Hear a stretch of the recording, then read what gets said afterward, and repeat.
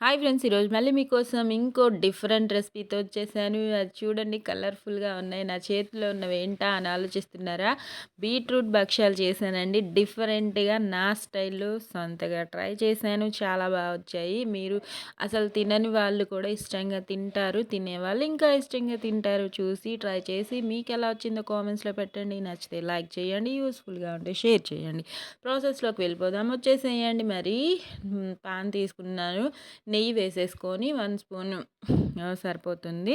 బీట్రూట్‌ని నా దగ్గర ఒక 2 బీట్రూట్లు పెద్దవి తీసుకొని ఉడికించి పక్కన పెట్టుకొని దాన్ని మిక్సీ పట్టుకున్నాను. ముందుగా అయితే ఇది బొంబాయి రవ్వ ఉప్మా చేసుకుంటాం కదా! బొంబాయి రవ్వ అదనమాట. నెయ్యిలో బొంబాయి రవ్వని చక్కగా ఫ్రై చేసేసుకోవాలి లో ఫ్లేమ్‌లోనే.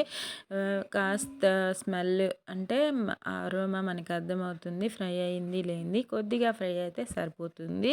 డీప్‌గా ఫ్రై చేయనవసరం లేదు. అది ఫ్రై అయిన తర్వాత ఒక కప్పు దాకా వాటర్ వేసుకున్నాను. నేను ఒక కప్పు బొంబాయి రవ్వ తీసుకున్నాను కదా! ఈ బీట్రూట్‌ని ఉడికించి మిక్సీలో పట్టుకున్నాను. చల్లారిన తర్వాత ఇదిగోండి ఆ పేస్ట్ వేసుకుంటున్నాను. ఇదే మిశ్రమంలో ఉప్మా రవ్వ మిశ్రమంలో ఈ బీట్రూట్ మిశ్రమాన్ని వేసుకుంటున్నాను. మరి మీరు ఒకవేళ 2 కప్స్ వాటర్ వేసుకొని ఉడికించుకోండి రవ్వని. అలా అయినా పర్వాలేదు. నేను ఈ పేస్ట్ వేసిన తర్వాత ఇంకొక 1½ కప్పు దాకా వాటర్ వేసుకున్నాను.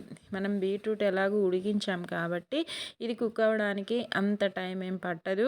ఫ్రై చేయనవసరం కూడా లేదు. ఓకేనా? ఇంకా వాటర్ చెప్పాను కదా! ఇంకొక 1½ కప్పు దాకా వేసుకొని ముందుగా ఒక కప్పు వేసుకున్నాను. తర్వాత ఒక హాఫ్ కప్పు దాకా వేసుకొని చక్కగా మిక్స్ అయ్యేలా కలిపేసుకొని రవ్వ ఉడికితే సరిపోతుంది మనకి. చూడండి మొత్తం కలిసేలాగా మిక్స్ చేసేసుకొని రవ్వ ఉడికించుకున్నాను లో ఫ్లేమ్‌లో. దగ్గర పడింది. ఈ టైంలో 3 యాలకులు దంచి వేసుకున్నాను. ఇది బాగా ఉడుకుతున్నప్పుడు లో ఫ్లేమ్‌లో చక్కగా ఇంకాస్త దగ్గర పడాలి. మనకి టెక్స్చర్‌ని బట్టి అర్థమవుతుంది. ఇది కాస్త దగ్గర పడిన తర్వాత లో ఫ్లేమ్‌లోనే కుక్ చేసుకున్నాను. ఇది బీట్రూట్ అనేది స్వీట్‌గానే ఉంటుంది కాబట్టి బెల్లం 1 కప్పు వేసుకున్నాను అంతే. ఎక్కువగా వేసుకుంటే స్వీట్ ఎక్కువైపోతుంది. 1 కప్పు బెల్లం వేసుకొని ఒకవేళ మీరు ఎక్కువ తినేవాళ్ళుంటే ఇంకొద్దిగా ఒక పావు కప్పు వేసుకోండి సరిపోతుంది. ఇంకా చక్కగా కలిసేలాగా మిక్స్ చేసుకొని ఇంకాస్త దగ్గర పడేంతసేపు ఇది మనం బెల్లం వేసాం కాబట్టి లూజ్ అవుతుంది ఈ మిశ్రమం అనేది.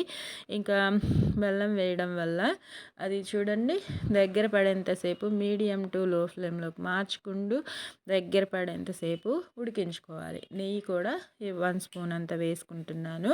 వేసేసుకొని ఇంకొద్దిగా సేపు లో టు మీడియంలోకి మార్చుకుంటూ కుక్ చేసుకుంటే ఈ మిశ్రమం అనేది రెడీ అవుతుంది.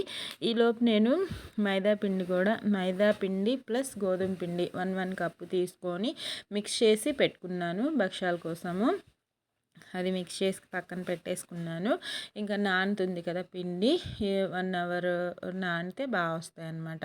ఇదిగోండి ఈ మిశ్రమం అయితే రెడీ అయిపోయింది. చూస్తున్నారు కదా దగ్గర నుంచి. ఇంకా స్టవ్ ఆఫ్ చేసేసుకొని చల్లారబెట్టేసుకోవాలి. ఇదిగోండి పిండి అయితే చక్కగా నానిపోయింది. ఈ నానిన పిండిని ఇప్పుడు భక్షాల్లాగా చేసుకుందాము. చూపిస్తున్న విధంగా చేసి ట్రై చేసేయండి. కొద్దిగా నాకైతే బయటికి వచ్చేసింది స్టఫ్. కొద్దిగా తీసుకొని చేసుకోండి. నేను ఈ మైదా ఈ పిండి బాల్ చిన్నది తీసుకున్నాను. అందుకే ఇంకా పిండి ముద్దని చక్కగా రోల్ చేసుకొని దానిలో ఇప్పుడు మన స్టఫ్ అనేది పెట్టుకుందాము.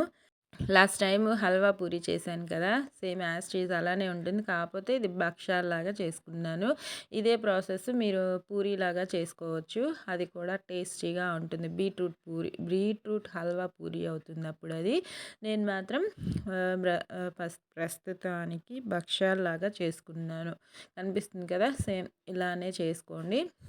చక్కగా ఫోల్డ్ చేసేసుకొని దాన్ని రోల్ చేయనవసరం లేదు. ఇలా చేత్తో అంటేనే సరిపోతుంది.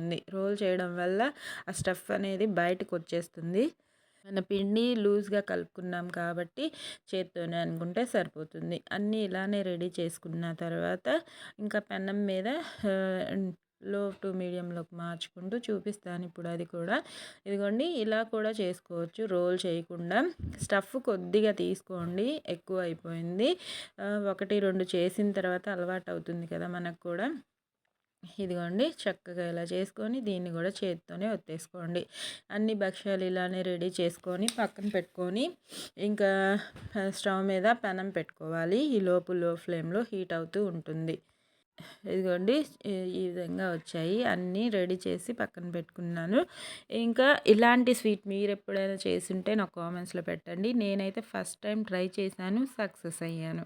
ఇష్టం లేని వాళ్ళు తింటారు, ఇష్టం ఉన్న వాళ్ళు తింటారు. ఎప్పుడు చెప్పేదే కదా, ఆరోగ్యంగా తినాలి, సంతోషంగా ఉండాలి. ఇదిగోండి పెనం పెట్టుకున్నాను, హీట్ అయిపోయింది.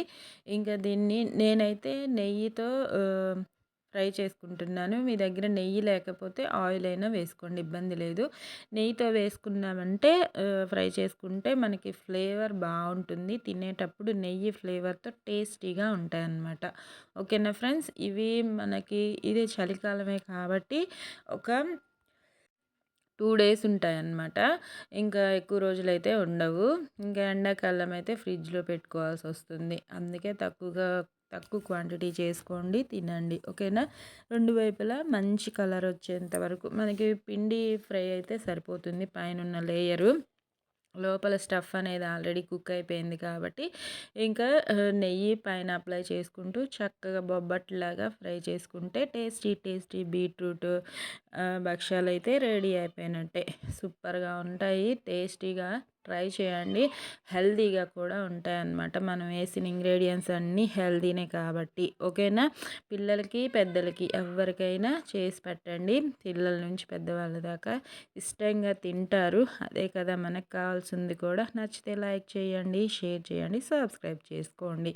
Thank you for watching friends. చూసారు కదా దగ్గర నుంచి. నా వీడియో నచ్చితే ఓకేనా. ఇంకా మరిన్ని వీడియోస్తో మీ ముందుకు వచ్చేస్తాను. మీ ఝాన్సీ రాణి. Bye friends.